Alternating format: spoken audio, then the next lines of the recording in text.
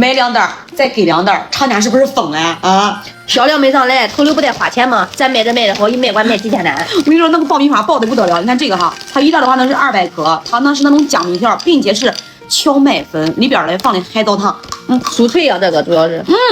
它这个杂粮呀，1袋200克，就是这么多。俺俩刚才已经吃俩了。味儿是可好，哎，就是那个销量上不来，就是卖的不好。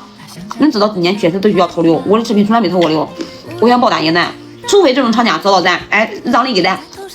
9块94袋，你说谁看见谁不买啊？这正儿八经要被9块9搞破产了。4袋，1斤6两，快2斤了，还没用到10块钱呢。质量酥脆香，吃着还味儿真好，我跟你说，现炸的，新日期，口感吃着不一样，好吃，还不咋甜是吧？不是很甜，不是酥，放心吃，味儿真好。销量一上来，买，销量一上来都不是钱了，流口水好吃呀。